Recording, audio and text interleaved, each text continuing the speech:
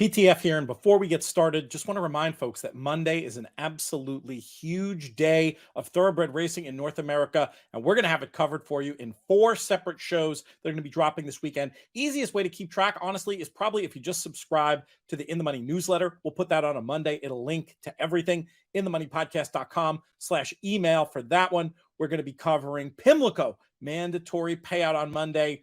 Nearly $500,000, I think, going to be forced out in that one. That's one to pay attention to. Lone Star, you'll hear about them later in the show, but we've got a special show for that. Big contest day there. All kinds of exciting stuff happening.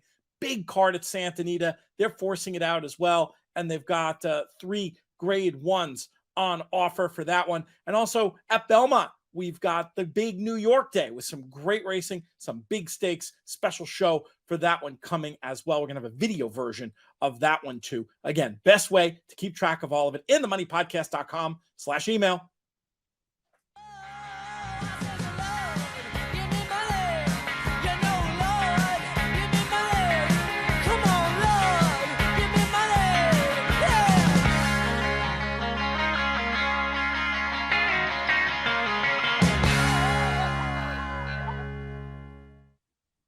Hello and welcome to the In the Money podcast. This is our show for Thursday, May 26th. I'm your host, Peter Thomas Fornatal, back with you from the Brooklyn Bunker. Once again, surrounded by some new toys. I've got the exciting boombox back there. We're going to talk about that on some subsequent shows. I've got this fresh shirt. It's almost as cool as a JK shirt. Do you know the significance? Well, I'll ask you. First, I'll introduce you. Then I'm going to ask you if you know the significance of this shirt. The man I'm going to bring in to kick off the show with me is a man you see on these airwaves all the time. We haven't had him on yet to talk about what happened in the Preakness Stakes. We'll get to that. We're also going to talk about his little side project he's been working on this week, as well as the stated purpose of the visit to look ahead to the Belmont Stakes. He is the man, the myth, the legend, Jonathan Kinchin. What's up, JK? What's going on? Yeah, is that Star Wars? It is a Star Wars shirt, but it's even more specific than that. It's the pattern of, and this is our 10-year generation gap, 9-year actually, generation gap. This was the design of the first Star Wars bed sheets that I had as a kid, that I got in 1977 or whatever. And so as soon as I saw it, I was like, yeah, we're gonna get that, because the other significance of it is, and you'll appreciate this. So parents totally into Star Wars. May 4th, when you work in horse racing, May 4th, the Star Wars holiday, may the 4th be with you. A little bit of a problem because it can be Derby week, depending on when the Derby falls, which it was this year. She was mad at me when I told her I wasn't going to be around. She was doubly mad at me when I described the parade that I witnessed in downtown Lexington with a girl around her age carrying around a replica of Kylo Ren's lightsaber. She wasn't happy about that. So I told her, look, end of the month, Star Wars Celebration is happening. They're going to be dropping 2 episodes of the new Kenobi show. We're going to do our own daddy-daughter makeup Star Wars day. That's tomorrow. That's why we're recording all this stuff early. But I figured I'd give the shirt a little test run. What do you think? Makes sense. Makes total sense. The things we have to do in horse racing sometimes when we have small children. Yeah, I tell you what, Halloween's always tough too. Breeders' Cup. Yeah, that's a horrible conflict that we face in this. Not that we want you to get out the world's smallest violin, given all the fun world traveling we get to do, watching horses run around in circles, but it does come with a price. Speaking of traveling, you're clearly back at the Casa Rojo at the moment, but you had an interesting little couple days early in the week at the sale. Now, I know you're going to talk about it in great detail on the owner's box with Billy and Michelle, so we can leave people there for the deep dive, but just give us the quick iteration. Did you come away? What was the project about? Did you come away with anything? Yeah, Faiza Tipton, Boyd Browning, and Evan Ferraro kind of approached me about doing some different things throughout the year with them. And one of the ideas we came up with is kind of a documentary of JK buying his first horse, and letting that be, obviously kind of fun and education. I mean, fun and interesting just to kind of see behind the scenes, but also to be educational and like, this is the process. This is what you have to do. Here are the pitfalls. Here are the things that, here are the steps. And so we teamed up with the Hennigan brothers, and who obviously have done some really fun and cool stuff in racing. And I teamed up with Matt Miller and Jake Ballas at Black Type. And we decided to find a couple of horses. And so Day one, we didn't get any. Day two, we did get a couple. So we have a Mosler Colt that we got for 165,000 and a Malibu Moon filly we got for 500,000, and both will be going to George Weaver, and they'll be in Saratoga, and hopefully they'll run this summer. That's fantastic. Yeah, the 2-year-old in training sale.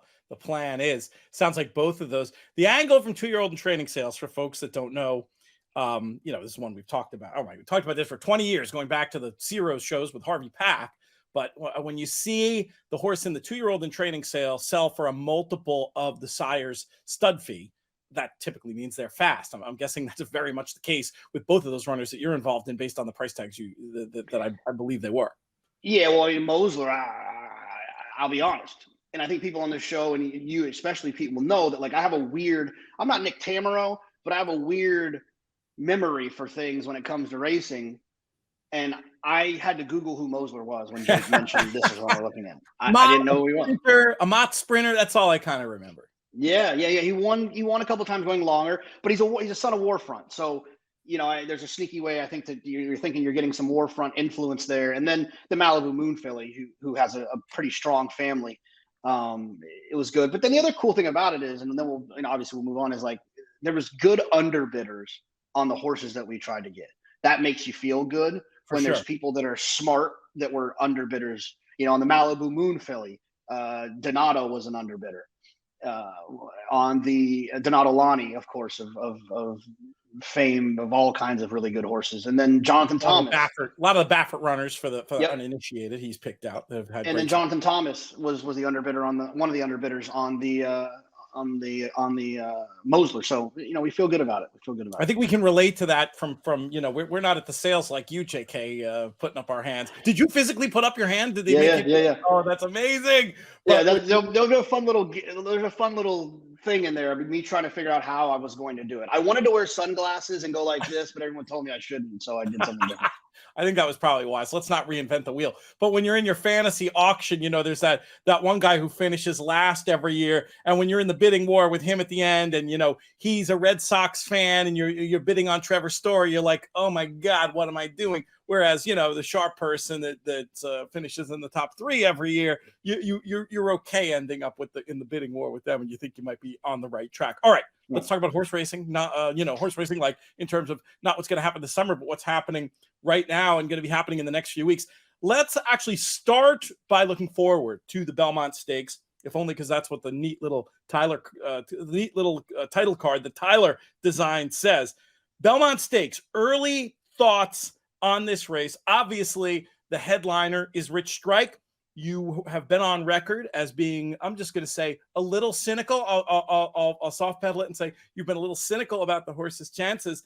As this race now is taking shape, as we see that we're not going to have Epicenter, we'll get to him in a bit. We're not going to have early voting. We're not going to have various runners show up. Are you any more enthused about Rich Strike's chances to back up that miracle run in the Derby, or are you still, to use your words, cutting in line to bet against him?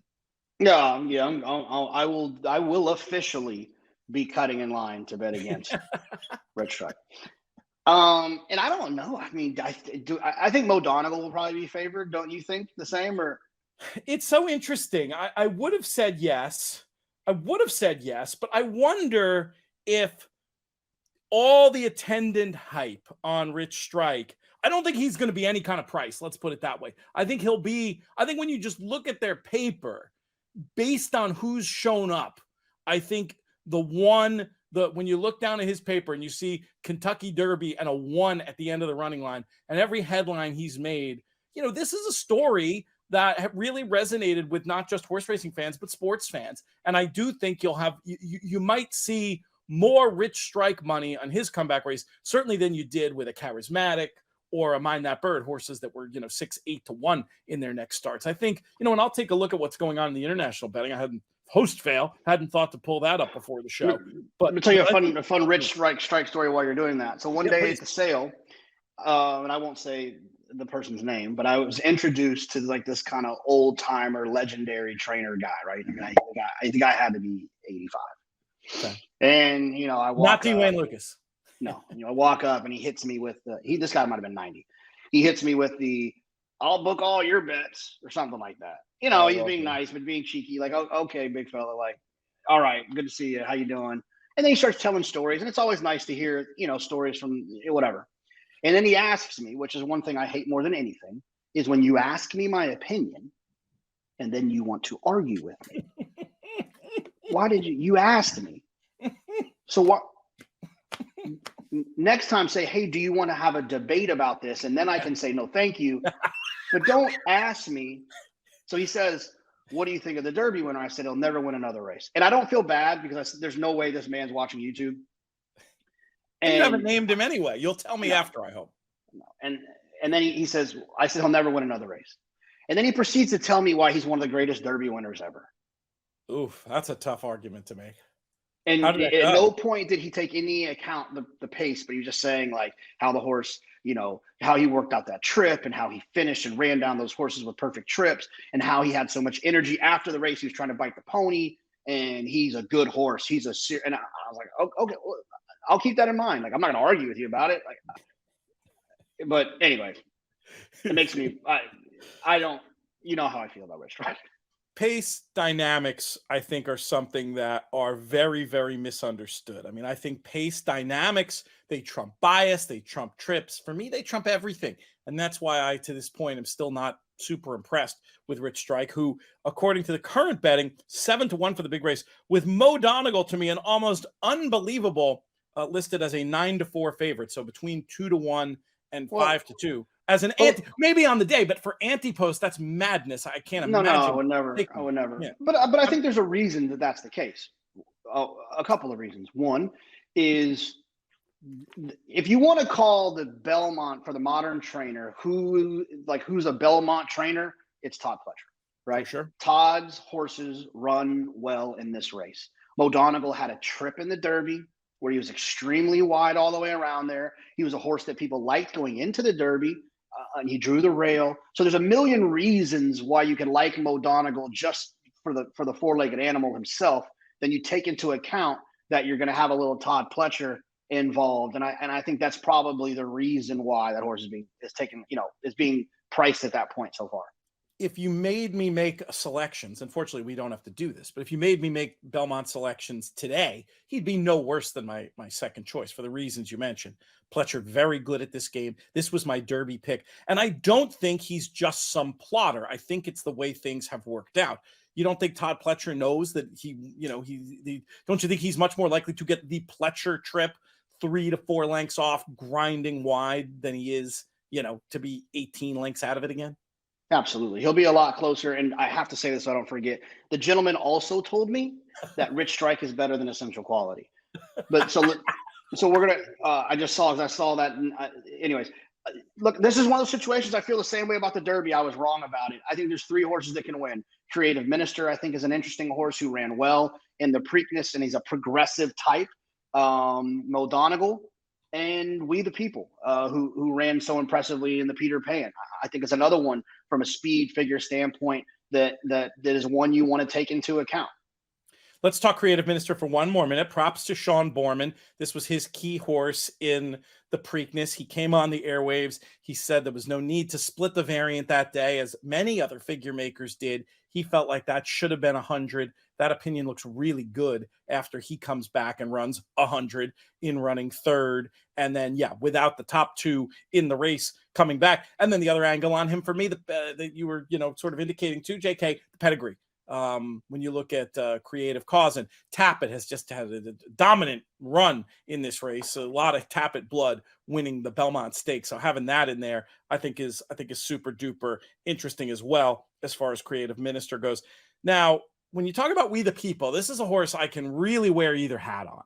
On one hand, it's this time-honored path of going from the Peter Pan to the Belmont. You love the speed that the horse has. But is there some chance that he's just really dressed up one number horse off a wet track win that we're supposed to be betting against? I can't decide. Current odds 4-1. I'd call it a hold. What do you obviously you want him in the mix if you're mentioning it was one of your 3, but answer that question specifically. Well, every time we have this conversation, it's weird for me because I don't necessarily care what their win price is. I am more concerned on these big days with which horses am I going to connect with the other races and multi-race bets. Now, So I know that doesn't help everyone, and I'm not trying to dodge the conversation, but like, to me, We the People is the type of horse that you do want to use if you're getting 4-1, 5-1, 6-1 ish. Now, the horse somehow becomes the favorite in this race. Now I could see how maybe he feels like a horse you want to try to beat, but there is something to be said about this race. It creates good horses that run well, and then it also creates horses that don't run well, right? It's like there's the Freedom Childs of the world who didn't run well. There's the Tonalists of the world that did.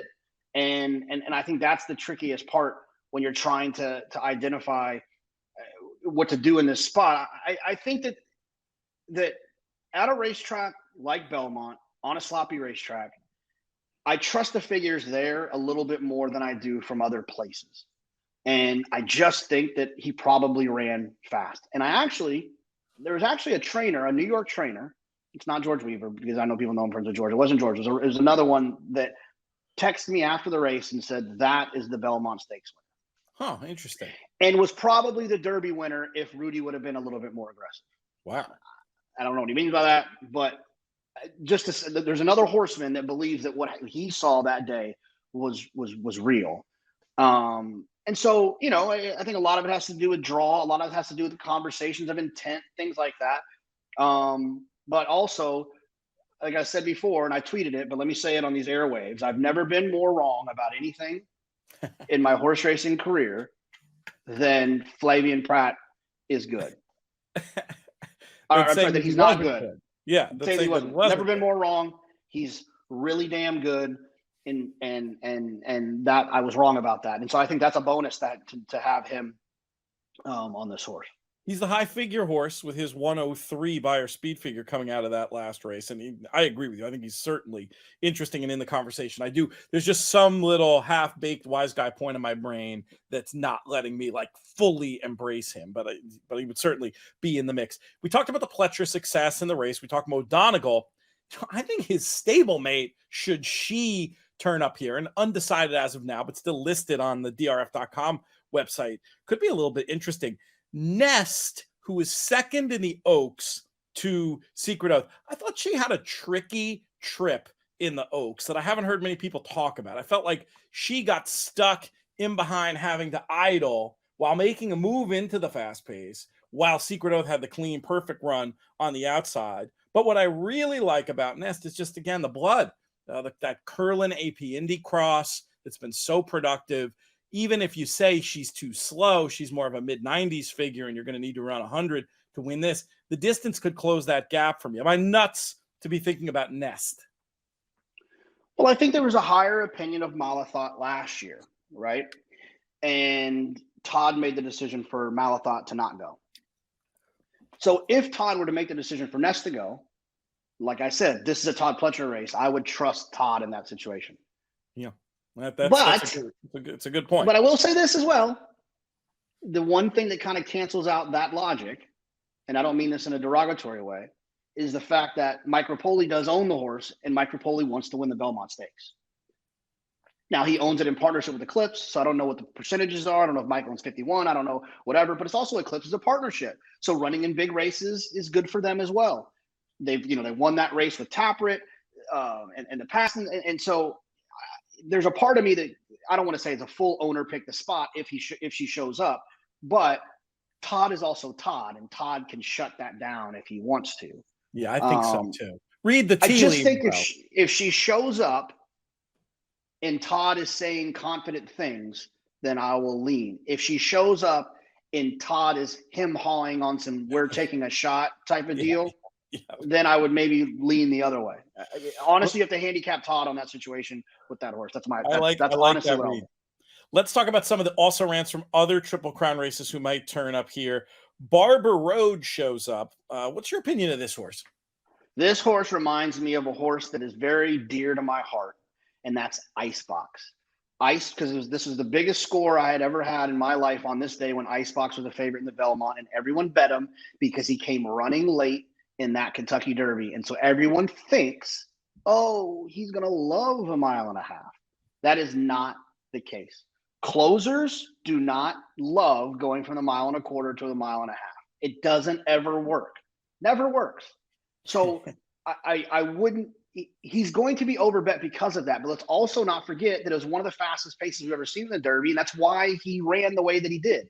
No other horse from the Arkansas Derby ran well in that race. He is a complete toss for me. Won't be on a ticket, and I will giggle at people quietly when they tell me they like him. He does have that Tappet blood in the second generation, being a son of race day. I don't really see it on pedigree, though. I just think he's such a cool horse. He's such a fighter. He is one I'd love to see in random Midwestern derbies, because I think what he lacks in speed figures, he makes up for in real toughness.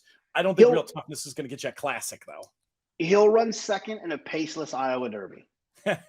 he's always going to be up against it because of his style. And I'm not, look, I would love to own the horse. If this Mosler colt or anything that the Malibu Moon filly turns out to be Barber Road, thank you so much. Thank you so much. I'm not knocking him as an individual. I'm knocking him as a betting proposition. And that's, that's it. Yeah. Just in here. Skippy Longstocking comes back, had that he was involved in actually subtly maybe a key player in the Preakness, the way the pace shook out. Can't wait to get your take on that, which we'll do in a minute or two. Do you see anything in his form or in his tape that makes you think he has a shot in a race like this? No, not really. I mean, it's when you're kind of on the edge, I'm looking for figures, and he just consistently kind of runs the same figure every time. I did tell Safi Joseph when I saw him at the sale that there's a rumor going around that he has the second best hair in racing. Did he like that one? Yeah, he laughed. He was great. He was great on the shows in Florida. He gave us some really good stuff, just really honest insights into his training and his charges. Certainly be a great story to see him. But I tend to agree. The 94 of the Preakness, I talked about the distance maybe lessening the gap, and he does have some blood to go longer potentially, but it's tricky. I mean, I think your short list was pretty much of the one. There's one other horse I want to talk about before we move on. There's a couple of horses that'll be very, very big prices. One who will be a story and talked about for sure will be Ethereal Road, who won the Sir Barton last weekend. He got a 90 figure for that win. I feel like he's not fast enough, but because it's Lucas, there'll be storylines. There'll be people saying, "Oh, look at how he finished at Pimlico against the bias, blah blah blah."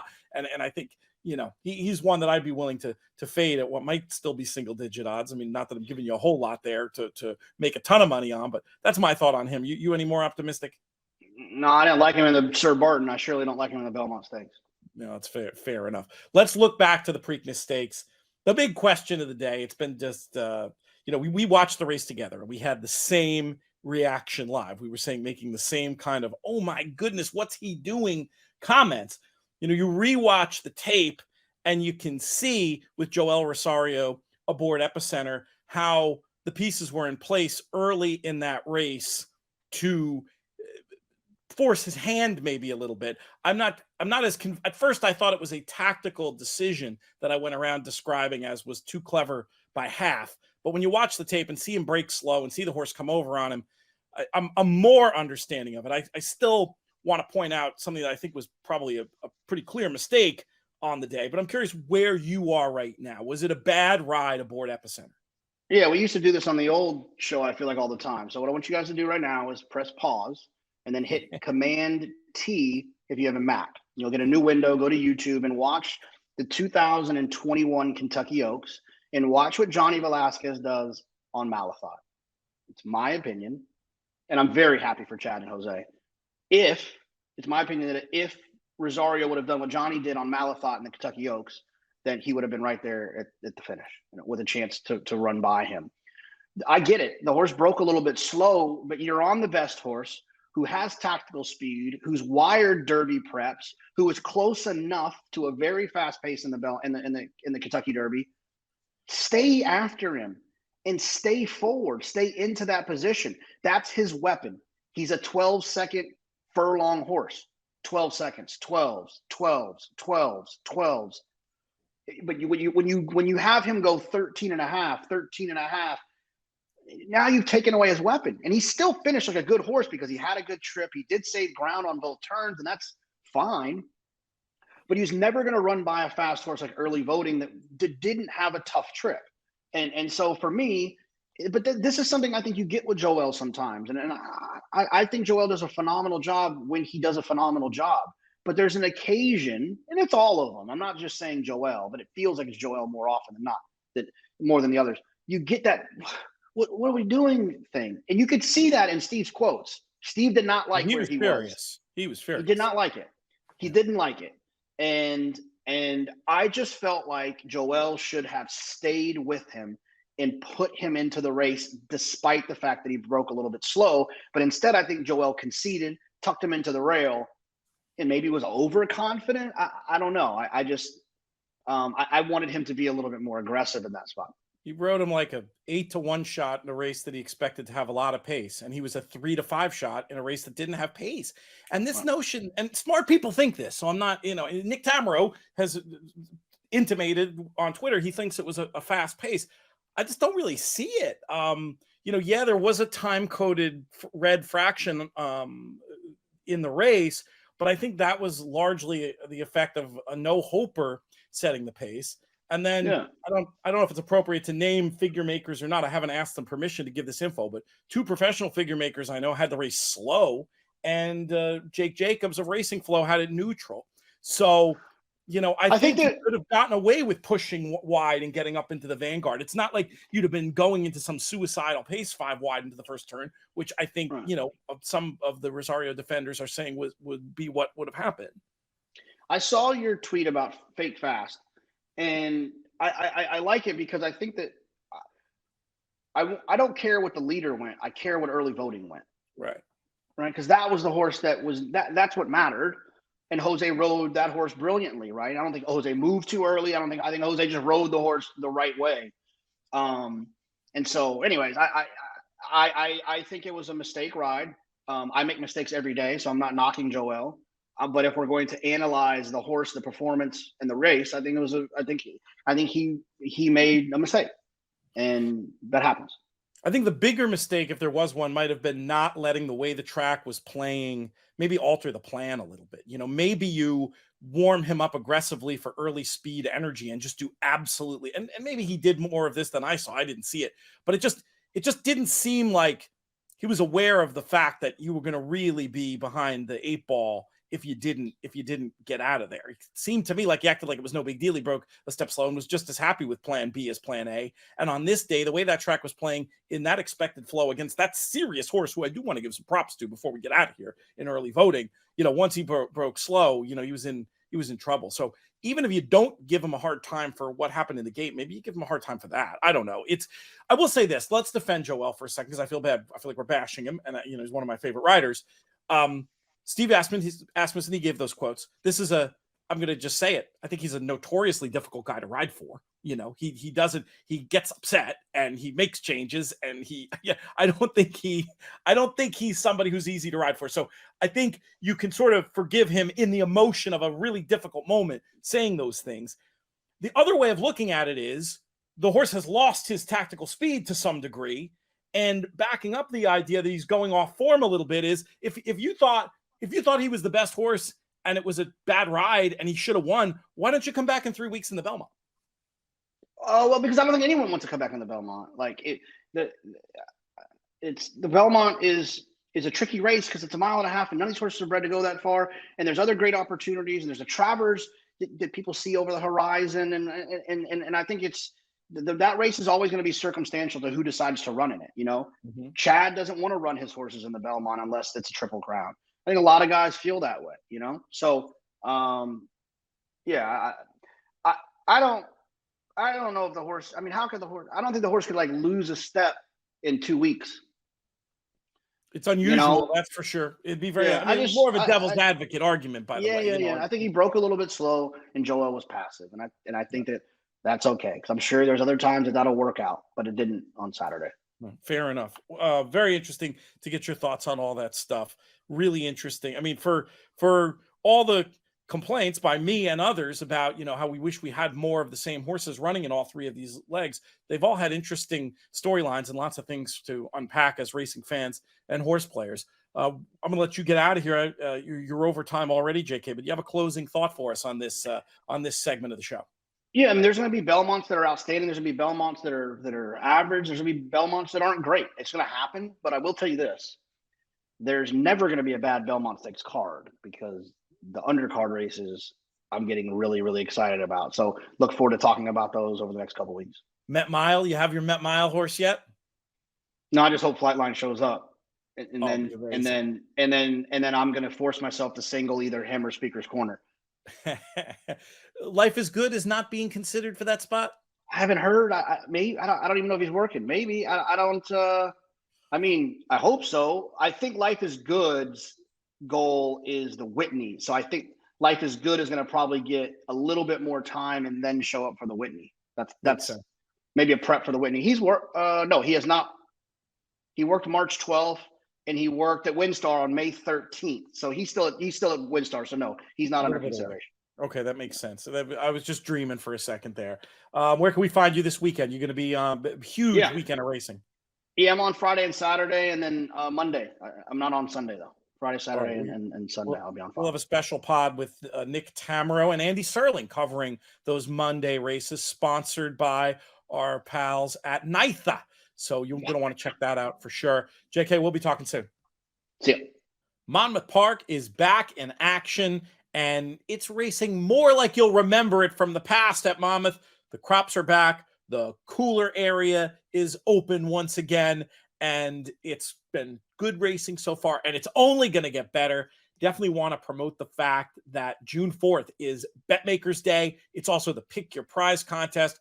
Fantastic day to try to get yourself out to Monmouth Park and to get involved with one of those two really exciting events. The $2,000 Pick Your Prize handicapping challenge is very popular. Players come in from all over the country. Prize pool expected to include 20 NHC seats, 4 BCBC seats, plus cash, plus a chance to hang out and to learn more about the fixed odds betting powered by BetMakers with their day. Still a bit of a soft launch right now. It's just Monmouth at Monmouth, but I'm hearing great things from horse players, and there's a lot more news on this front going to be coming down the pike. If you've got questions, turn up at Monmouth on June 4th. I'll be there. Dallas Baker will be there, as will a lot of other members of the team. We'll have some other ITM folks there as well. Should really be a great day. To get more information about Monmouth Park, simply go to monmouthpark.com, and we look forward to seeing you on June 4th. We kick on the In the Money Players podcast with our segment brought to you by Monmouth and BetMakers. And we have back with us a team that was here without me last week to do this segment. We'll start with the man. You see him all the time on the In the Money Media Network, writing about NYRA over at inthemoneypodcast.com. He is Nick Tammaro. Nick, how are things? I'm doing great, my friend. Good to have you back, and glad that we proved last week the show can go on in your absence. We did miss you, though, Pete. I was waiting for that dig, and I probably deserved it. Also with us, you heard a word from him there, the voice. You probably recognize it if you've been with us for any amount of time and been following the goings-on with the introduction of fixed odds wagering to New Jersey from BetMakers. It's Dallas Baker. Dallas, how are things with you? Very well, Pete. Nick, hello again. Yeah, no, going well. We're progressing through our soft start to fixed odds, and it's all seems to be running as expected and building up into what we expect it to be in the next 12 or so months. I've gotten some interesting positive feedback from longtime punters who make Monmouth their home. Definitely very interested in the fixed odds product, and obviously it takes a little bit of getting used to, but I mean, this idea for a lot of players that the odds you bet are the odds you get, very appealing notion. One of the, I'll call it an idiosyncrasy, I guess, certainly a difference between the betting that we're used to and fixed odds betting comes up when there's weather in the area and races are carded for the turf and then taken off. And as part of the Pick 5 sequence, the Win Early Pick 5 sequence that we're going to be talking about to kick off this segment of this show, we do have a couple of turf races. In terms of fixed odds, Dallas, how do you handle that? At the moment, Pete, we're basically what we're doing is just putting those markets up until we have as clear a understanding of what's going on as we possibly can. We'll get into what the weekend's forecast looks like in a sec. But yeah, but we are developing a system. It's just everything we've come up with so far in the fixed odds world probably is less than perfect, to be honest. But we do have a couple of really strong ideas that we're just seeing if the tech behind it can work, because it's not just about what we do at Monmouth, it's about how we handle that for all of the US. It's a precedent. Yeah, exactly. So, look, there's a couple of ideas. That one, you just basically, if there is an off-the-turf race, when there is an off-the-turf race, that when it's announced, all betting is closed on that race, a line's drawn, refunds given, and it's basically essentially a new race, which, as we know, it is. It's a different set of conditions that make it a totally different race.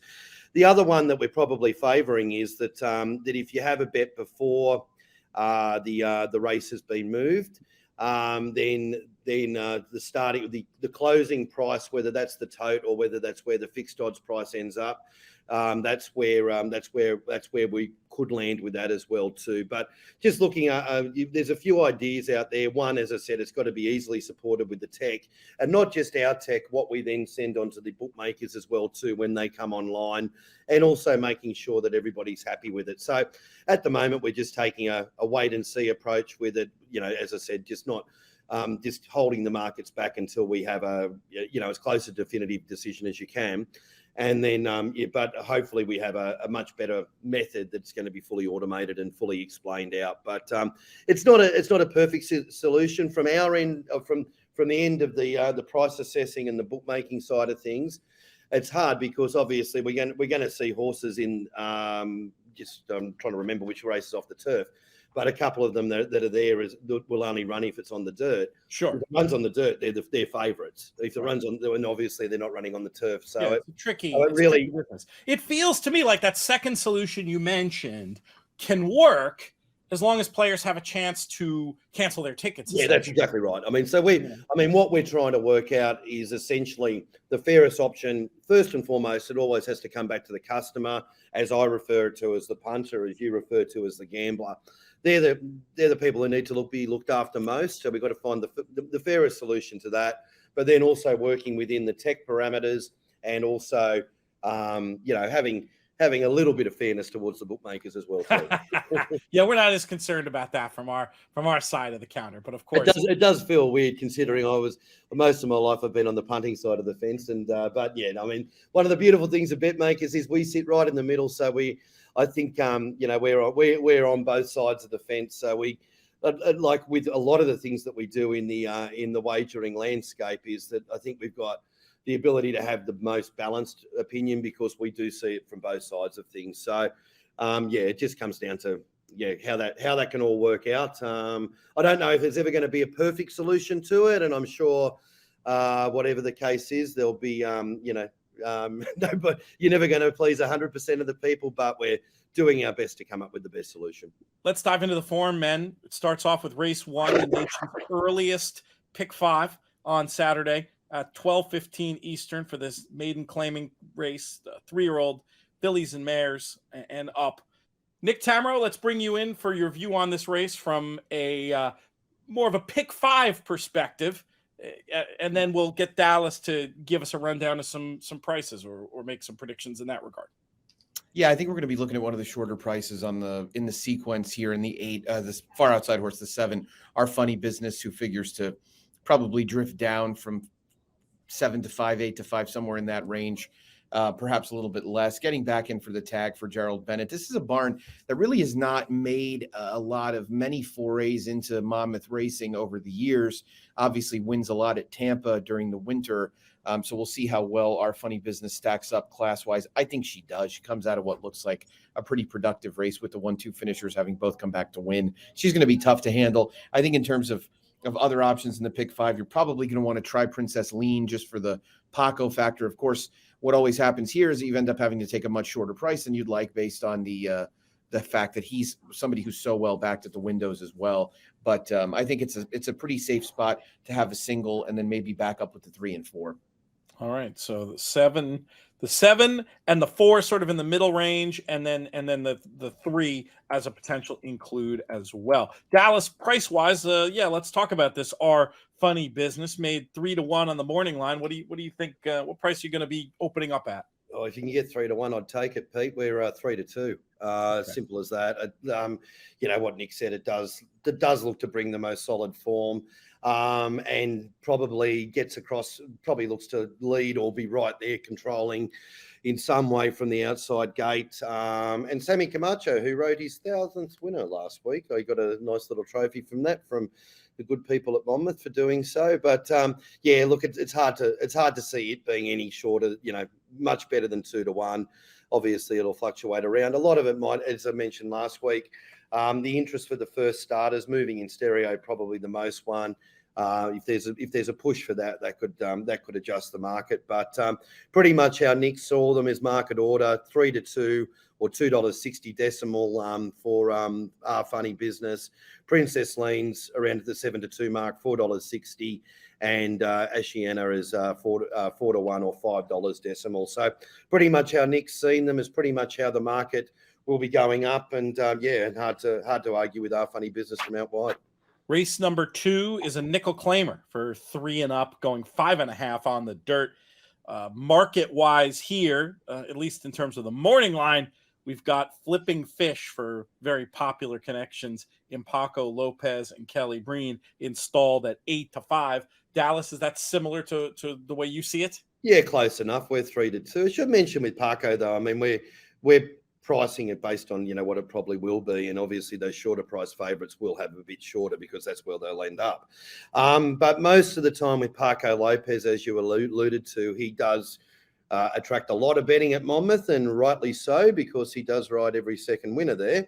But, you know, normally what we've seen with, you know, those high connection horses like Paco Lopez and Kelly Breen, who those who follow Monmouth go without saying, they have been all generally starting shorter, much shorter on the tote than they are fixed odds, because there's the overplay of public sentiment into those into those connections. But in saying that, compared to the morning line, we are again about that 3-2 mark, and then a bunch of them, the two down the bottom, Rocky's Buckaroo and Love Nest at 4-1 or $5 decimal, and then 3 of them at 8-1 or $9, which is You Should Be So Lucky, Johnny Obvious, and Trapeze Artist. I feel like Rocky's Buckaroo is a little bit appealing, maybe at that price, because Flipping Fish, though he makes a lot of sense, is a horse that comes from far back and cutting back to the sharp 5.5. What do you think, Nick? Do you think Rocky's Buckaroo might have a chance to wire them? And what numbers will be on your win early pick 5 tickets? Yeah, I think if I was making picks, I'd definitely pick Rocky's Buckaroo on top. It's a really big potential pace edge. Love Nest on the outside has a little bit of speed, but that's route speed. And I think you might get a little early foot from Johnny Obvious, but his form has slid pretty significantly since he was last in the care of Jose Delgado. So Rocky's Buckaroo looks very interesting. This is one of those races that probably makes playing Monmouth appealing at times, because as Dallas alluded to, we get Paco just totally bet off the board on a number of occasions. And this is a situation where I think you'd be pretty comfortable standing up against him, and even throwing a horse like Flipping Fish out. I mean, I don't know if you necessarily have to use him. I could relegate him to more of the backup lines and probably get a little bolder with Rocky's Buckaroo and back up with the 2, 3, 4, and 7. I like that idea. I mean, if you're willing to leave out 4, you can definitely get spready there, because that's a runner that's going to take all manner of attention at the windows. The hinge of this early pick 5 is scheduled for the turf, which means, given the weather, which you alluded to before, Dallas, we'll see if we end up on that surface or not. There are a couple of main track onlys entered. Dallas, what are you hearing? What are you seeing in terms of weather? And I imagine you're just holding fire on making a market until we get. Yeah, Pete, we've obviously done the work on the race, but, you know, when you've got Top Gun Tommy, which would go up 7-4 favourite if it was on the dirt as opposed to the turf, it does make it hard to put up, you know, a supermarket. And obviously the percentages will be extended because the emergencies actually don't go, or the additional entries don't go into the normal mix of the market. So, but from a weather point of view, a bit similar to last week, there's a decent thunderstorm predicted for tomorrow, Friday. And how serious that is will determine whether we're on the turf or not. And I think for anyone that's familiar with Jersey Shore weather, excuse me, will know that it could mean a significant forecast could mean 0 rain or 5 inches. So we'll just wait and see to tomorrow. But I think the good news is we should, by the time's all said and done, Friday afternoon, we should know where we're running. So it gives everybody a bit of opportunity. But as mentioned, Top Gun Tommy would start a pretty short favourite on the dirt if it does get moved off the turf. But on the turf, the favourite is, as I go to my other screen, is currently the Ghost Giant at around about the 2-1 mark, $3. Nick, give me your view on this race on a turf perspective, and if it comes off, if you have a perspective on how your approach to this pick 5 might change, I'd love to hear that too. Yeah, Ghost Giant looks particularly tough on the turf. I will say that Future Victory is a little interesting. I wish we were getting a bit better price with Paco and the irons for Todd Pletcher. This is a horse who made a really big middle move on the outside during a stretch of time at Saratoga when saving ground was really key in that middle part of August. So we'll see how much Future Victory can improve second off the layoff. He did kind of get in the mix late last time out, maybe a little bit too far back of the pace. So those are kind of the main two on turf. As Dallas said, it looks as if Top Gun Tommy on the dirt would be pretty formidable. He's not been seen since he finished up the track behind Waxman and Winter Pool. Those are both horses that have kind of hinted at having stakes caliber ability, and he got involved in a particularly hot pace that afternoon as well. So I think getting to the dirt and seeing what's left of this field, he seems as if he'd be pretty formidable off the turf. Race number 4, we've got 3 and up filly and mare claimers at the $12,000 level, going 1 mile and 70. Nick, I'll keep it with you to get your thoughts on this one. Sudden Impulse looks a little bit interesting. Just taking a quick look at the pace map. That's the 5-2 morning line favorite. Are you with or against? I mean, it's a tough one to get with too much. This is a horse who was avoided claim for 16, now in for 12.5, coming down from New York. She's really the lone speed, though. I mean, she is supposed to control this race, and Hector Diaz Jr. really holds all the cards. The other thing is that the biggest rival looks like Marty's Dilemma, who, until 2 starts ago, you wouldn't have given a plug nickel for this horse on the dirt. So, I mean, it's very hard to embrace her as the big alternative. Mining Chrome is dropping in class. She feels like one that deserves maybe a little bit of attention. And you have along the way who's first off a claim by Claudio Gonzalez. Worth noting, though, Claudio Gonzalez in New Jersey doesn't really win like Claudio Gonzalez in Maryland. So it's not quite the same situation. So I think you kind of hold your nose and take the favorite, but help out with the likes of Marty's Dilemma and give yourself a little bit of an opportunity if the favorite stubs her toe. All right. So what sort of a 1 and then a little 6-7? Is that the idea? Yeah, I think that's fair. Dallas, market-wise, how short are you going with this Sudden Impulse, the one runner? We'll open it up at the $3.20 decimal, Peter, which I think we've defined as a fat 2-1. Look, but as Nick mentioned, it does look to get the favours in front, does look to be the right map horse, for want of a better term, but it also has some vulnerability to it as well too. So they're a type of horse that, unless there is significant money and we're wrong with that opening price, it's probably one that we won't be afraid to take on. So $3.20 at the moment, as I said, a fat 2-1 is a price we're comfortable with, and that's ahead of Marty's Dilemma at $4.60 or 7-2, and Mining Chrome, the other horse Nick mentioned, is 4th pick actually at 9-2 or $5.50, just ahead of Blindside at 4-1 or $5 decimal.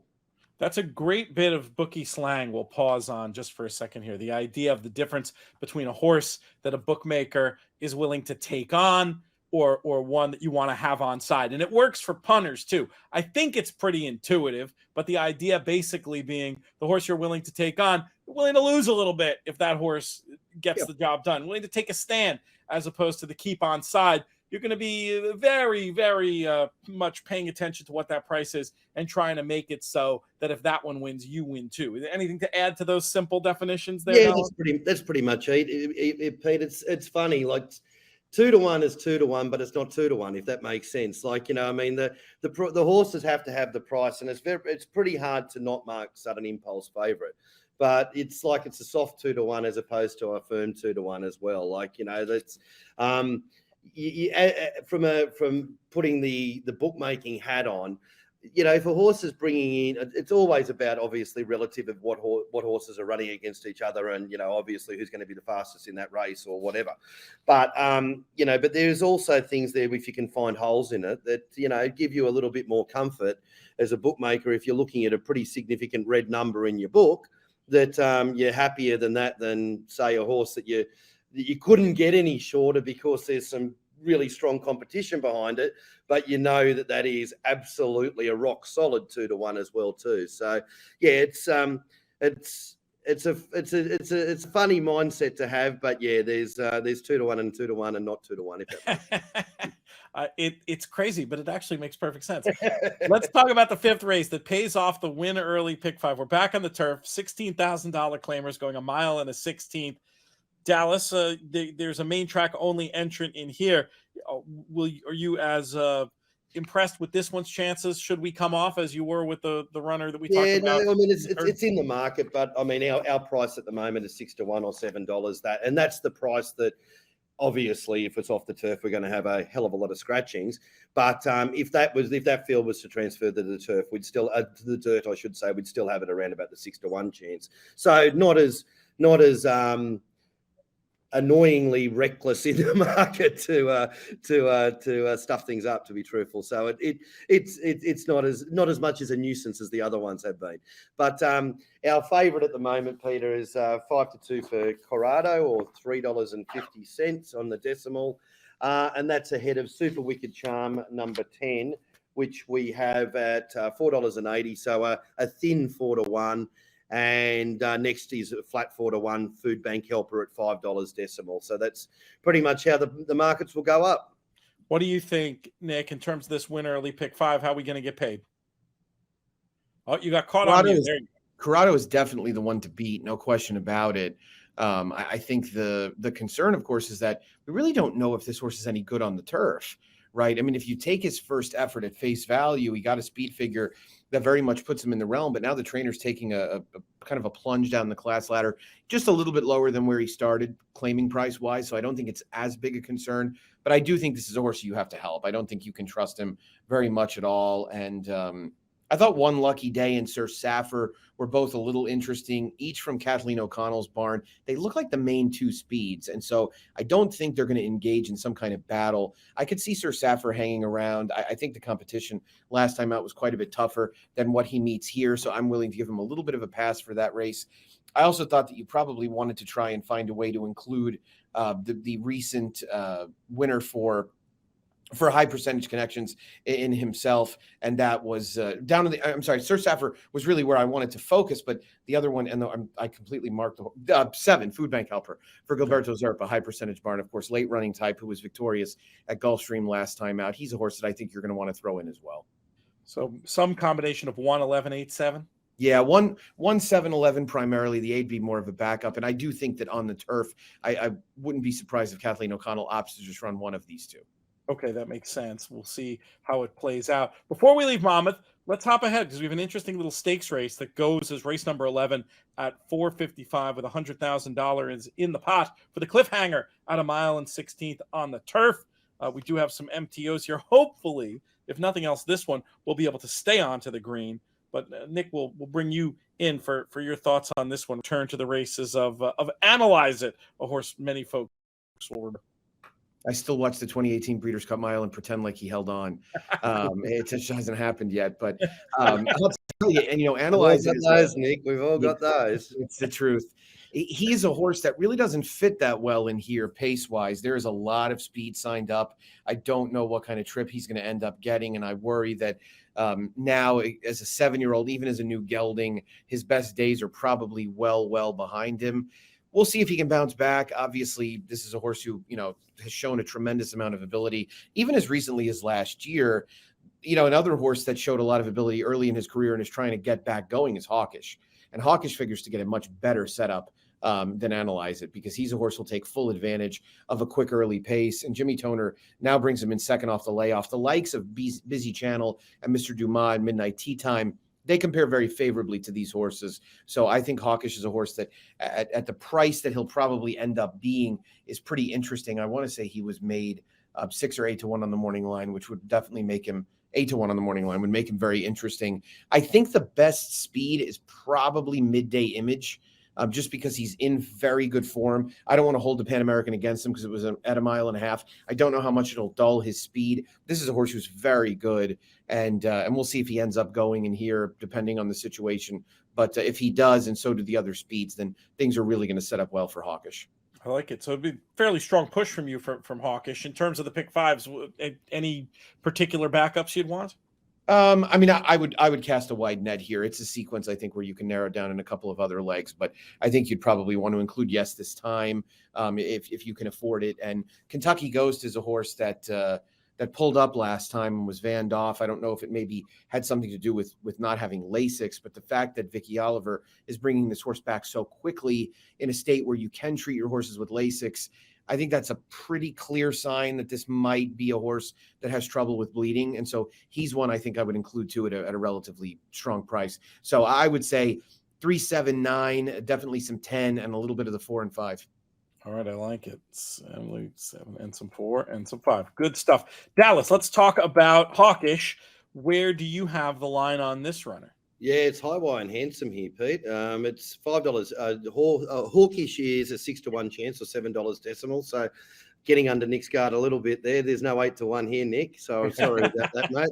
Our favourite as I said, a very wide. Well, Kershaw is the favourite currently, but let's just pretend that we're main on track the only. Yeah. Yep. Analyze It is our favourite. As I said, $4.80 decimal, 4-1 or thin 4-1 in fractional odds, just ahead of Not This Time at 9-2 or $5.50 decimal, and Carpenter's Call on that line as well to $5.50. But you're talking a pretty condensed market, and I think from taking out of what from Nick said, that's pretty reflective of your thoughts, I would say, mate. With plenty of chances, and not a lot of them putting their hand up to be the top pick. All right, we are late for our next segment, Dallas. So we're gonna rush out of here. But folks heard the ad at the beginning. Next weekend, if you can get to Monmouth, BetMakers Day, that's going to be fun. Pick your prize, that's going to be fun. I look forward to getting to see you in person, Nick. We won't see you then, but we'll see you shortly thereafter in New York for the following weekend. But Nick, you're going to hang around. Dallas, we will talk to you very soon. Thank you very much. See you, Dallas. Thanks. See ya. I mentioned up top what a big day Monday is for our friends at Lone Star Park. We've been covering them throughout their season with their players pick 5 with just the 12% takeout, and the Lone Star 6-shooter also 12% takeout. Great player-friendly bets, but Monday is really the big day. The Lone Star Million Day, Monday, May 30th, 6 stakes worth $1.2 million, and an NHC tournament with 1 in 10 odds to win an NHC seat on a $2,500 buy-in, where all the money goes to your bankroll. So in other words, the seats, and there's a lot of them, are going to be added to the pot. So get involved at Lone Star on Monday. We'll also have a special show right here on the network covering it. For more information, go to LoneStarPark.com.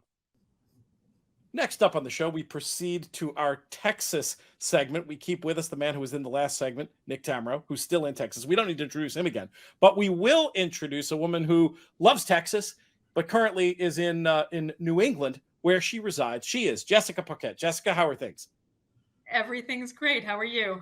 I'm doing well. I thought of you yesterday because I had a wild workout day that made me think of the kinds of things that I see from you in social media. I biked like 14 miles. I walked 10 and a half, and I was thinking I was hardcore. And then off air, though, then you told me what you did this morning. And it's like, to me, that's like one of the 5 biggest workout days of the year. To you, that's Thursday. Just a Thursday. I mean, casual Thursday. It's fine. I'm just happy to be back doing things again. That's right. I mean, coming back off the injury you did, it's impressive to see you out there rocking and rolling in the world. Let's talk about these horses who are going to be rocking and rolling around Lone Star Park. I already read the ad about the big day that is Monday, but it's a super interesting weekend out there at Lone Star Park. We're going to talk about the pick 5 that kicks off on Saturday night in race number 5. We've got these maidens going 1 mile and a 16th on the dirt. Nick Tammaro, how are we going to get this pick 5 kicked off?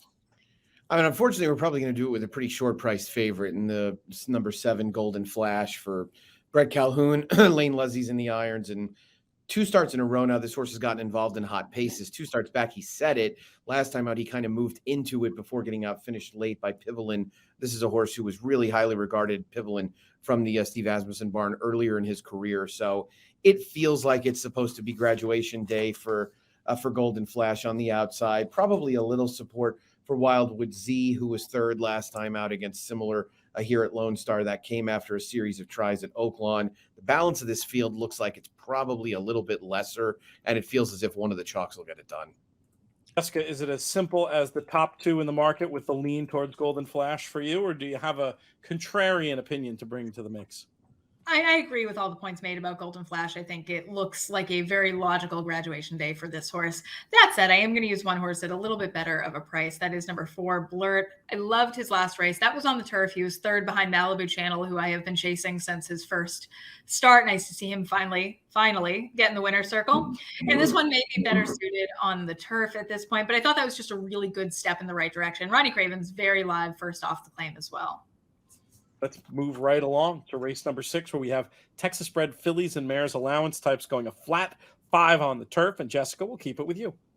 Golden Secret's probably a huge pick against for me here. This is a horse 6 years old, only a handful of starts, long layoff, came back off of that big 2-year layoff, ran really well, but that was back in March. So she seems like the kind that really needs some time in between races. So for me, I'm going to have to look elsewhere here. I think she's a little bit beatable. I like Stan's Golden Path. I think Austin Gustafson has been off to a really good start so far this season. This horse looks well meant here, has some tactical speed, sprinting on the turf. I think that's good enough to get it done. There you go with Stan's Golden Path to get the ground-saving trip heading on to the turf for Jessica in race number 6. Nick Tammaro, how do you see it? Yeah, I kind of wanted to use the 1 and 8 primarily. The 8, My Baby's Gone, is going to be a pretty solid favorite. I was a little concerned about Golden Secret. There's turf pedigree there on Golden Secret, but I'm not altogether certain I want a horse like that at 5-2 or 3-1. Yeah, My I Baby's think not she's a little overbet for what she right, is. Exactly. Yeah, she's the horse to beat based on her last start, and five furlongs on the turf at Lone Star, I think, plays even more speed favoring than it does down here at Sam Houston. But and this horse has the right kind of running style, right? She'll be forwardly placed. She'll be in position. Stan's Golden Path stepped up with a good effort last time out against Lesser, and I think Austin was lucky that this horse didn't get claimed, dropping her down to 7,500. I like that he's trying the turf and protecting her as well. So she'll get a little consideration from me. Mississippi Bling is a horse that I'd probably use as a backup, but I'd concentrate on the 1 and 8 and use the 2 and 9 as backups. Little 2 and 9 on the backup line for Nick. Jessica trying to press up that 1 to get things moving and grooving in this pick 5 in the 6th race. The 7th race, we've got fillies and mares 3 and up maiden claimers for the $12,000 tag going a mile on the dirt. Nick, who's your idea of the winner? You know, I'm a little intrigued here by the 5 Courtney Fay, who's improved since being claimed by Donnell Durham. This is a barn that goes up to Oaklawn every winter. And, you know, it's one of those that I really wish she would come down here because I think her horses generally, she's got some Texas breds, really fit well. It would fit well down at Sam Houston. This horse looks like she just might be able to get clear. And I think Lane Luzzy is very good on the front end, also very astute when it comes to identifying potential pace advantages. And so I think she really has a shot at having one here. And I definitely wanted to try her at or around 9-2. Favoritism, we're looking at horses like Saganaki and Kimball Strategy. And Kimball Strategy 2 starts back, faced a field that was it was so bad that I think I made this horse 3 or 4 to 5 on the morning line. She didn't take that much money and I knew she wasn't going to win. And so last time out, she was just brutal once again. Now goes from 75 to 12.5, just a terribly negative sign. Saganaki's a 5th-time starter, finally getting to dirt. We need fresh legs, and I think it's Courtney Fay. All right, Courtney Fay. Will you back up with those other 2 or are you just going to keep it pretty cold? I wouldn't use Kimball Strategy for a nickel. So I'd probably back up with Saganaki, and I'd use a little bit of Appreciable too, even though she's cheap. Dry Eichelberry with a horse placed towards the inside that wants to be forward. I'm taking that 8 days a week. Jessica, what's your view on this maiden claimer? I think Appreciable is actually really interesting. The morning line of 8-1 is really appealing to me for some of Nick's points. Ryan Eichelberry, Broberg, these are no-brainer connections. And I like that this filly's only had a handful of starts. A horse like Courtney Fay, I think your points are really valid, but at a certain point, you only get so many chances to get the job done. 13 starts is kind of pushing it for me. But Appreciable, only a handful of starts, has plenty of speed. I do also like Sagnaki on the surface switch. No shortage of stamina here. The mile should suit her just fine. And she's slowly getting the hang of it, I think. Her last couple of races have been encouraging. I can see the trip working out really nicely for Courtney Fay as you're talking about it, because if the 5, excuse me, I can see the trip for Appreciable working out well if Courtney Fay doesn't want to go this far. I mean, they had some decent races going along before and just couldn't seem to see out the trip. If that happens, you could see it really falling into the lap of Appreciable. I'd be very tempted to try to play those two speeds, and at this level, you know, if a closer comes and gets me, a closer comes and gets me. That seems like an interesting approach to me in this 7th race. Let's talk about the 8th race, where we've got Texas bred maidens going 1 mile and a 16th on the dirt. Nick Tammaro, who do you like in this field of 8? We've got a 7-5 morning line favorite in Hasta La Vista Honey. Are you with or against? I wish I could be more confident in being against. I do think that second time starting 4-year-old probably gets a forwardly placed trip, inside post, quick run to the first turn. Danny Sorensen back after having some injury problems at Sam Houston. This horse feels like he's going to be the first one to get to the turn. That might be pretty much all he needs. I think a lot of it also has to do with the competition in here. Running the red-faced winners last time out, I'm not exactly sure why, and is now back against maidens for Chris Fullerton. He's a horse who I think could maybe get a piece of it. He seems like he has no desire to win, and it just feels like the right place at the right time for Hasta La Vista Honey. I could see maybe using a little bit of Alligator Crawl as a new gelding, having shown some life on the turf last time out. But this is about what you'd expect for Texas bred maiden specials. All right, Jessica, what do you think about this favorite? Any hope to take on, or should we just say, hey, if you can't beat them, join them? Eat the chalk, move on, call it a day. Sometimes at this, with a group of horses like this, the less starts, the better.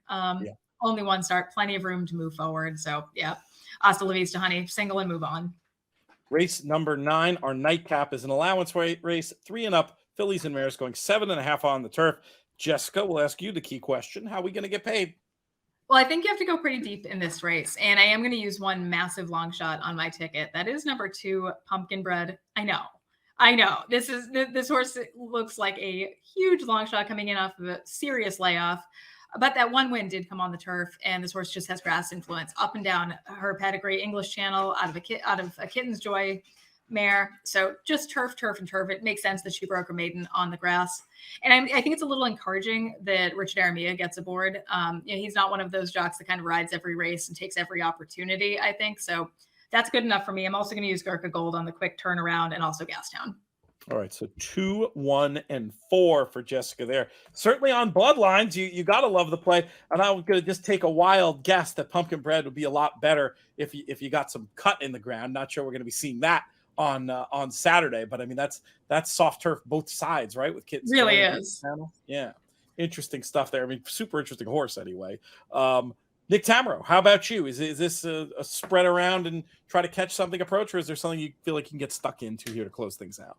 No, I think it's a race where you want to be a little open to a couple of different contenders. Silverscape's a horse that ran second last time out, showing speed on the turf at Sam Houston behind Red Hot Moon, who's right back in this race.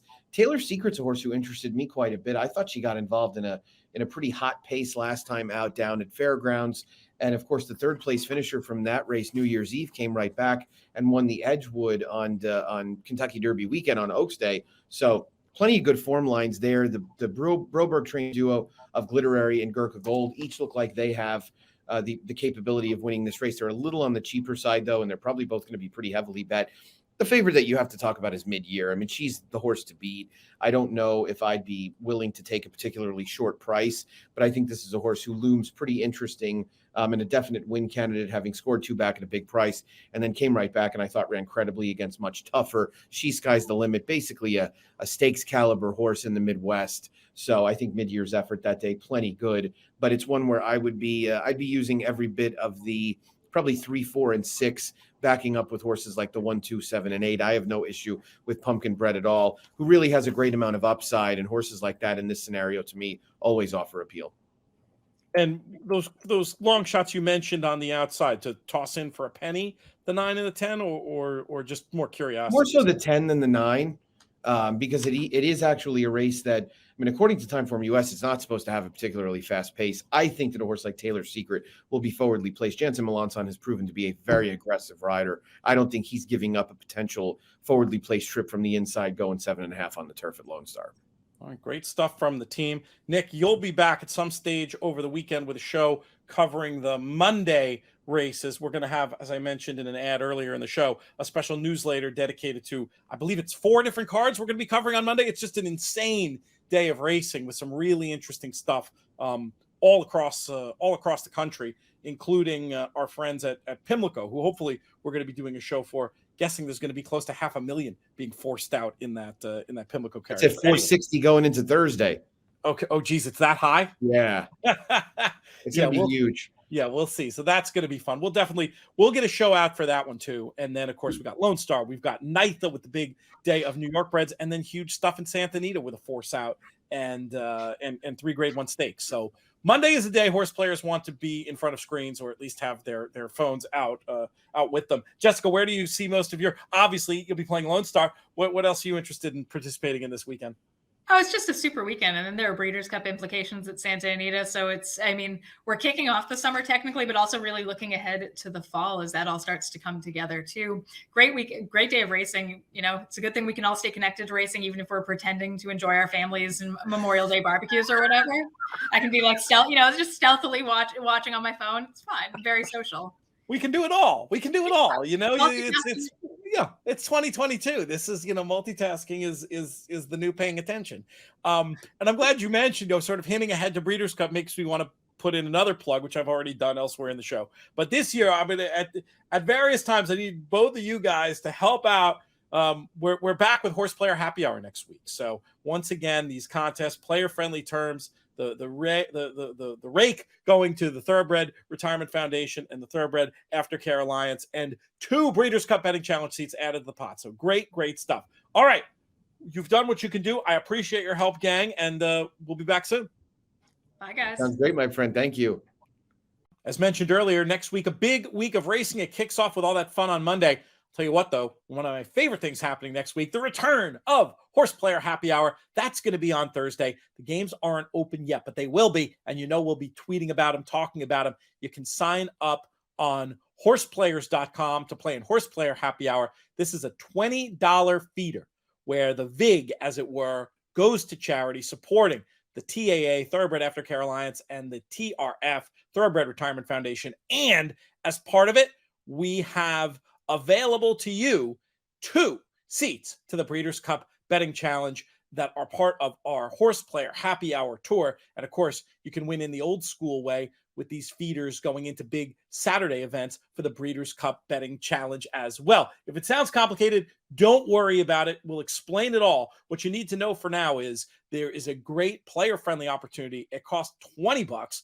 And the proceeds go to charity. So make sure to check that out. Horse Player Happy Hour. It will be on Thursday. Save the date. More details to come. And you can look us up on horseplayers.com. Next up on the show, it's our segment sponsored by our fans at the Japan Racing Association. And we bring back to these airwaves a woman who hasn't been on here in a minute. So I'm very glad to welcome her back, Candice Hare. Candice, what's going on? Doing well. Lots of racing going on, especially in Japan right now. But here in the States, obviously, we're in the midst of Triple Crown season 2. So anyone in racing knows it's a busy time. It's been a little crazy. And Monday is one of the crazier days, honestly, like low-key crazier days I can remember with all the cool stuff going on. I'm sure you'll be participating. Oh, absolutely. That's always the way. But you are going to get things started, your Monday is going to start early because it's going to carry right on through Saturday night if I know who I'm dealing with here, and you'll be up late betting the JRA races. What do we have on tap for late Saturday night, Sunday morning over in Japan? Well, we have a big one. It's going to be the Group 1 Japanese Derby. So, much like the Derby here in America, we have the one in Japan. And contrary to our Derby, though, the Japanese Derby is the second leg of their Triple Crown. They go, in increasing distance, like I guess pretty much everywhere other than America does. So we're dealing with the second leg. So we do have the return of Geoglyph, who won the Satsuki Show, which was their 2,000 guineas, the first leg of their Triple Crown. What do you think his chances are of stretching out successfully in the Derby are? I think they're quite good. I mean, if you go back and you watch the Satsuki show, he actually was headed, or I wouldn't say headed, I suppose, but his stablemate got the jump on him against the leaders. And his stablemate has quite a lot of stamina on his pedigree, and yet Geoglyph was able to really run him down pretty well late. So maybe he'll see trouble in the final leg if he wins this and goes on there. I'm not sure, but it's hard to poke a lot of holes in him. And Americans would know his sire well, of course, Geoglyph, the son of Dreyfong.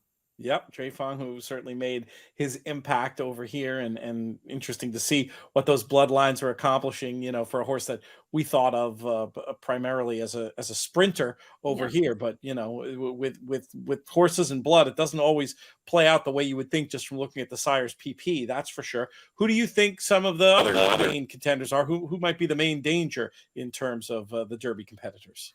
It's an interesting race because almost the entire field are horses who ran in that first leg of the Triple Crown. And I'm always an advocate. I tell people, don't just think one horse is going to beat another if they face each other recently, unless you have a very, very good reason for it. And you have to remember that Geoglyph won by a length over his stablemate, who finished in second.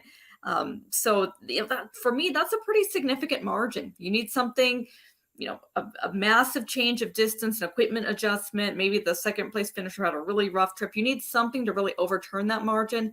I do think maybe his stablemate will be better suited to the 12 furlongs, but nevertheless, I'm not sure it's enough to overcome a length.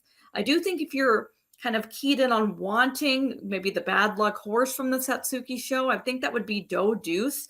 Yutake Take is going to be aboard him as well. He had a very wide trip in the Satsuki show. He came from the rear of the field, and he had to circle everybody for the most part, and he just wasn't able to get there in time, but he was the fastest finisher in the race, so keep that in mind.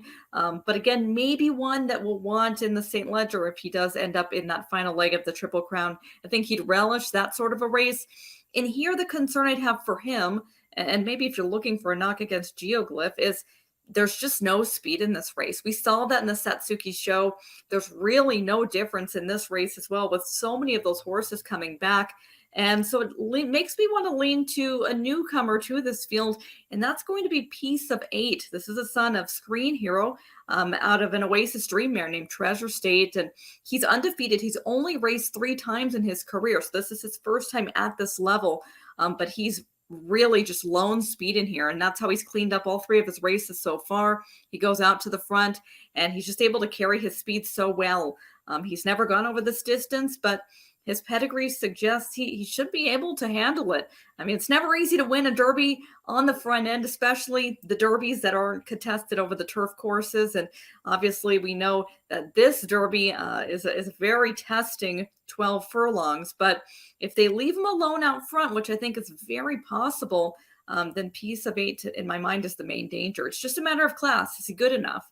But I assume we'll get the price to find out. I would imagine Geoglyph, and then his stablemate Equinox, your 1-2 from the Satsuki show. I'd imagine they're both going to be very, very short. So Piece of 8, if you're getting around that 8 to 10-ish, which I think is possible, then I think he's the one. Might be worth a stab. If you're not going to stay up, put in your bet and find out what happened in the morning. We'll have tons of coverage on inthemoneypodcast.com as well as a chance to get free PPs for those wanting to take a look themselves. I did want to back up to a point you made about the primacy you give form when looking at the Japanese races. And I wanted you to speculate maybe about why that is. I mean, obviously it matters in the USA. It seems like it matters more in Great Britain and Ireland. Now, my hypothesis on that is that I feel like in our racing around the tight 2 turns, you get a lot more trip excuses and a lot more interesting things with pace dynamics that I think can give me a reason to think a horse can, make up 2.5 lengths over another. And I'll make that bet with confidence. Why do you think it is in Japan that the form holds the primacy like that for you? It's hard to answer. I do think maybe some of it has to do with you're dealing with turf routes, and you tend to not have a ton of trip trouble. I mean, it happens, but it's rare, just because of the I think you're combining the fact that you're usually going route distances over very wide turf courses for one, plenty of room. And on top of that, they're usually running at a good clip. I mean, Japanese races, I think people in their head think international turf races. They think of maybe over in Ireland where it looks like they're going very slow on the front end. That's not the case in Japan. Those fields get really, really strung out. And so you just don't have a lot of bad trips. And I think more often than not, the best horse wins the race. And so, form holds exceptionally well out there, certainly more so than America, although the point that I made, I still would maintain it in America as well.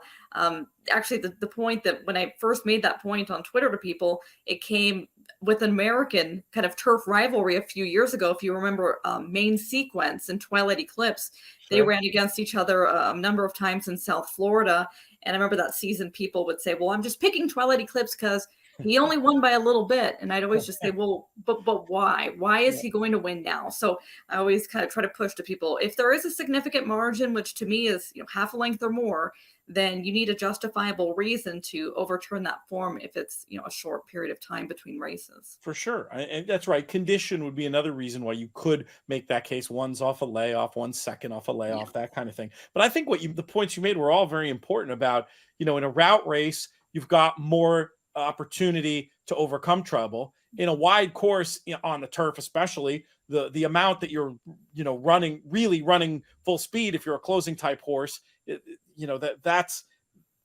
that makes it easier to get to position yourself as a rider to get that clean run through. So those are all reasons why that makes complete sense to me. And then of course the fun application, the sort of next level application of that stuff, and I'm assuming you're going to tell me this works pretty well in Japan as well, is collateral form, looking at how close horses were to common rivals and trying to plot a course based on that. I find that actually super underrated in USA racing, where everything is so much geared seemingly in the market towards speed figures. You can learn a lot by seeing how close they were to other horses who you have a pretty good confidence are a good, what you'd call, yardstick of form. So I imagine that concept is very strong in the Japanese form analysis as well. It is, and it's a real key when we go through this Triple Crown and Triple Tiara series, because every now and then you'll get a filly or two, not in this particular derby, but you'll get a filly or two that will run in the males races, whether it's the Satsuki Show or sometimes in the St. Ledger or sometimes in those 3-year-old mile races. You'll get a filly or two come over, and that usually gives us a really good kind of comparison of how the 3-year-old fillies crop compares to the 3-year-old males crop. And then that winds up being key, of course, in our fall season, because that's when you're seeing them all take each other on. I think maybe one reason why we don't pay as much attention to that collateral form in America is because even as older horses, our fillies and mares are largely separated from the males. And in other countries, they have to face each other at the highest level. And so you really pay attention to it when they're 3 to kind of get that guide before they take each other on. It's a great point. Candice, thank you so much. We'll have you back soon. I hope you have a fantastic long weekend. Thank you. You as well. To conclude today's show, we bring in one of my all-time favorite guests. She's always great. All-time favorite people.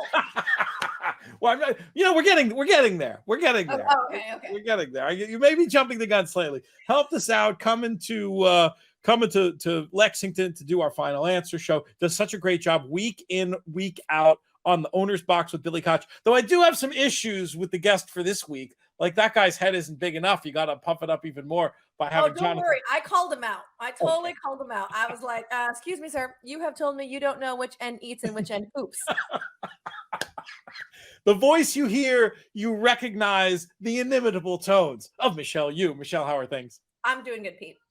So before we dive into this Golden Hour Pick 4 on Saturday, I want to talk about this whole contest program that we've got at Santa Anita this weekend. What a weekend at Santa Anita, because in addition to these contests, which I'll let you tell the listeners about, this Monday card is going to be amazing. I'm going to be doing a special show on that one, covering the mandatory payout in the Pick 6, and also talking about those Grade 1 stakes races going on. Michelle being very careful now because she knows people are watching on YouTube, and she knows the lip readers were after her after the last time she pulled this trick of that thing, right? I'm doing a show. Can you take your coins and go? My kid's obsessed with money right now. So anytime there's like coins sitting anywhere, he's like a niffler and he's like, coins? And then he like takes out the coins. You're not? Okay. Obsessed with money. Obsessed with money is very much, many of our listeners are going to have deep sympathy with that. Yeah, and my daughter's going to appear here in less than 5 minutes to tell me it's time to go to Taekwondo class. So I can so we're going to hurry up then and get through what is going on this weekend. I mean, it's crazy. We're gonna have a 4-day weekend, and just for fun, just so you guys all know, on Monday we do have special holiday racing for Memorial Day. It is dollar day, so it's dollar beers, dollar sodas, and $2 hot dogs, and it's always like one of my favorite things that goes on. As far as the contests are concerned, we do have 2 different contests going on. We have a $500 live money challenge on Saturday, and you can play that either on track or at ExpressBet. And if you're on track, there's also a chance to win a $5,000 cash bonus. We are also going to be having the $1,500 Gold Cup challenge, and that also on ExpressBet or on track. And that one has NHC seats as well as Pegasus World Cup seats. So I think that's going to be super fun. And again, on track players, the ability to have a $5,000 bonus for that. I mean, the $5,000 bonus is great, but I'm not lying. I'm turning up for the dollar beers, and I'm still not sure of the economics of the hot dog being twice as much. Okay, let me tell you 2 stories about that. So first of all, the original promotion was gonna be dollar sodas, dollar popcorn, dollar hot dogs. Well, I don't know how I got it in my head that it was dollar beers, and I started to promo it as dollar beers, dollar sodas. And all these people were lining up, we want our dollar beers, and they were complaining and everyone in marketing is who said it was? And I was like, is it not dollar beers? I have been saying dollar beers for a week. So they ended up having to do the dollar beers, but it was such a success. They kept up the dollar beers. Phenomenal. And I think one of the reasons that we've moved to the $2 hot dogs is literally because people come up and they order 40 hot dogs. And then the lines are we'll have 20 hot dog stations, right? And people just come up there everything. And and so it just makes it where if they're $2 hot dogs, it makes it just a little bit more expensive for people all right, I just need 10. You know what I mean? But yeah, that's very smart. People That's are coming true. up and ordering 40 at a time. So it's kind of the people spoil stuff for everybody else. Yeah, I get it. I told as soon as you started explaining it, I got it. But I'll say this, they may build a statue of you to rival the one of Seabiscuit famously at Santa Anita for getting the dollar beers, and the fact that tradition has continued. I mean, you've had a lot of achievements in this game, but I'm not sure there's too many better than that. Dollar beers. Dollar. We'll start chanting the next time we see you. Right? Oh my goodness, that's fantastic stuff. And one other note on the contest. That was our. So go ahead, finish your contest. I want to tell you what something else that's going on real quick. Love it. There are also feeders to both those contests, ExpressBet only. So if you're an early bird listening to the show before Saturday, on Friday, $80 Santa Anita challenge feeder, so you can win into the Saturday event. And then likewise on Sunday, $150 ExpressBet only, you can win into the one on Monday. But definitely turn up. If you have the ability to turn up for those bigger contests, ExpressBet's great and all, but you get a chance to play for 5,000 more, enjoy the dollar beers. What else is going on? We also do have a couple of guarantees. So Saturday and Monday, we're going to have a guaranteed $500,000 late pick 5 sequence. And then we are also going to be doing a mandatory payout of our Rainbow Pick 6 on Monday. Great stuff. All right. We're here to talk about the Saturday Golden Hour Pick 4. It kicks off right there at Santa Anita with a stakes race, which is always fun to see. We've got the Mel Air for 3-year-old Calbred fillies going 1 1/16 on the dirt. How do we want to get this bet kicked off, Michelle? I mean, to me, this race is so challenging because none of these fillies are proven going a route of ground, especially not 1 1/16 and on dirt. So to me, that made it more of a toss-up type race. I'm probably going to go with 3 Captain Obvious horses, but this is where I'm going to land with Rose Maddox for Steve Miotti because she did have a win, at least going a mile 2 back, and she has won a race on dirt. So hopefully she's just one of those quintessential Calbreds that can run on anything. I do want to include Big Switch. She was crushed in the Santa Ynez, but I thought she came back and she didn't run a terrible race last time down the hill. She gets back to dirt, which I think is her best footing, and she fits at the class level. The question is just, can she route? And I'm hoping that she can. And then I'm also going to include the 3 Everly's Girl if I have the money for it, for Brian Coroner. This filly's never routed before, but I like a filly that has speed, because when you look through, I feel like it's her or maybe it's Simple that are going to be the 2 pace setters. And if Everly's Girl can shake loose, there's a chance she might be able to hold on. She was bested by It's Simple last time, but that was on the grass. And at least we've seen her run in a stake before. She didn't run great that day, but it was also first start versus winners. I mean, I can give her some excuses. So she's kind of like my fringe horse. A complicated race, but in the end, as easy as 1, 2, 3 for Michelle. Let me pause on that point you made about Calbred breeding. I'd never really thought about that before. Is that a thing? Quintessential Calbred. A lot, is that the thing though, that a lot of them are surface equal? Like you don't see as much specificity?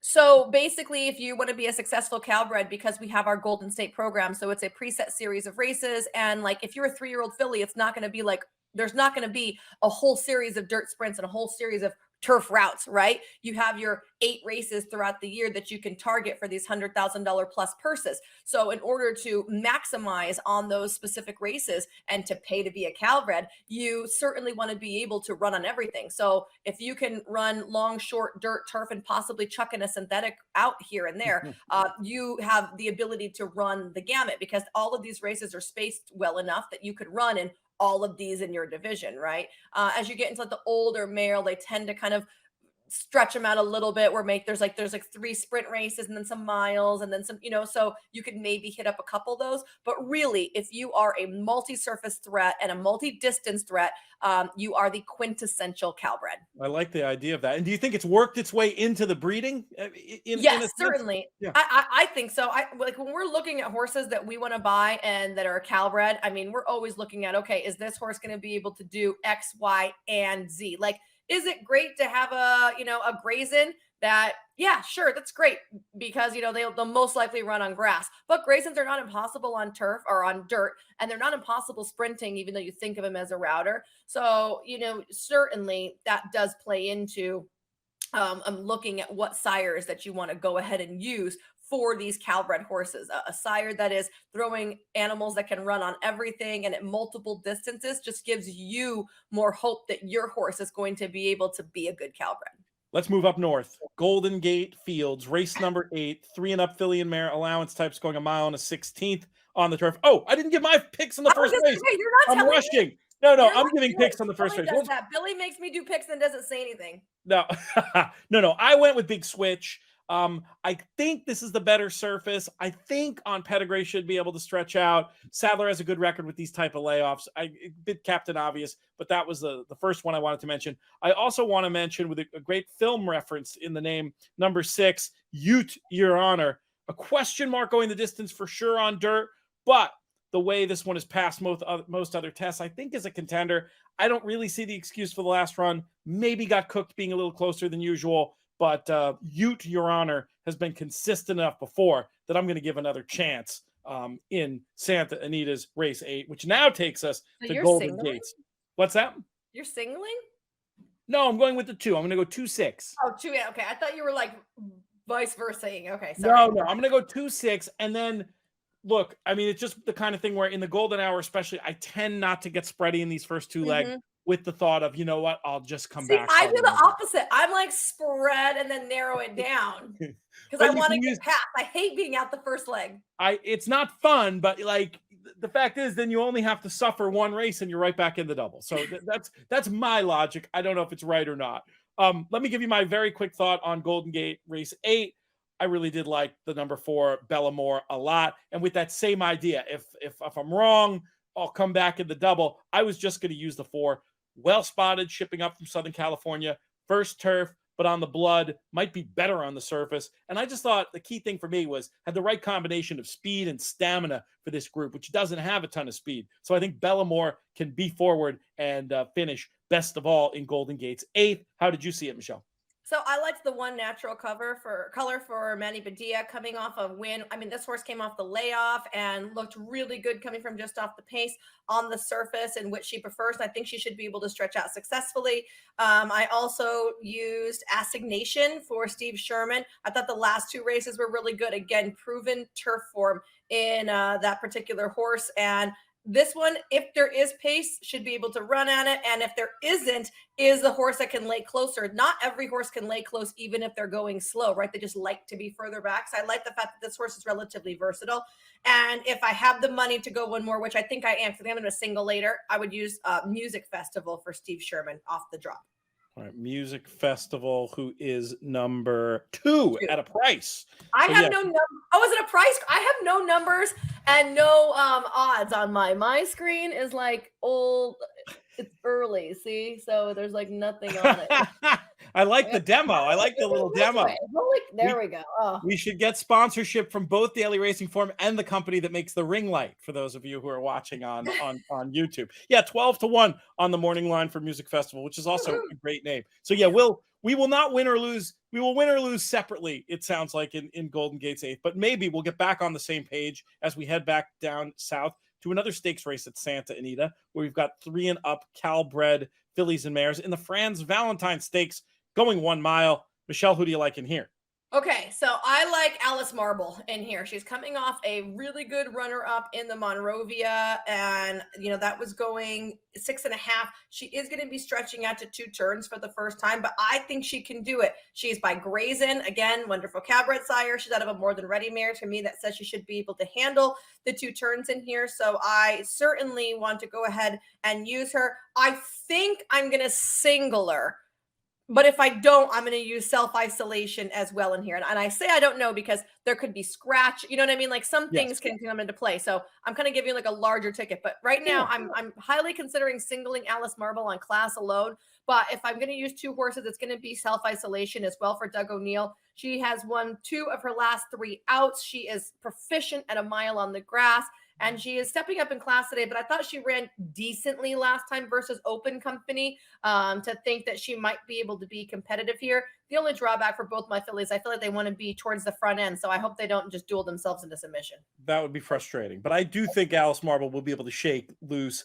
That was my pick as well. Has the best form and figures and a possible pace edge. I might do one small backup with number 3, Fifi Farrow on the American Farrow getting to turf angle. Though I will say, I looked up the data. She tried turf and she ran like garbage that day. Yeah, and there were 2 Grade 1 winners in front of her, so like I was willing to forgive that. I was willing to just sort of view this as a complete start over. But you know what is funny about the Farrow turf thing is it is like slightly true. I looked up like all the numbers. And the average Farrow, he was like a 2-year-old sire, right? Like I felt like we saw a lot of juveniles in his like early crops be turfy, but now it's kind of like it's leveling out. It's leveling out. I think the thing is they need more time than you would have guessed. They're not like super precocious. Like his first time starter numbers are not great, but they get better later. But it is true that in aggregate, on average, 2 to 3 buyer points faster on turf, but like the percentages are actually better on dirt. So dirt, the better. We're not dirt. A golf. I like dirt. I've that's seen some tracks that have dirt. We love Gulfstream, important sponsor to the show, but you have to make the joke when it comes up. But I will say this: the win percentage is very, very strong. Which is what's telling me that as we go on, I think the better ones might be on dirt. So anyway, we'll see. There's always a cycle in the way this stuff evolves, and it's kind of fun to follow, especially with a horse like American Farrow that everybody remembers and loved. Okay, last race. We just have a couple of minutes left. Race number 9 at Golden Gate. We've got 3-year-old maiden claimers, $12,000 level, 6 furlongs on the synth. Michelle, how are we going to get paid? So I like Royster as my top selection in here. He's first-time gelding for Isidro Tamayo. He is stepping up in class, unfortunately, which is not always an angle that I love, but he's been relatively consistent in his last 2 to say that maybe the gelding is going to help him move forward and punch through with that victory.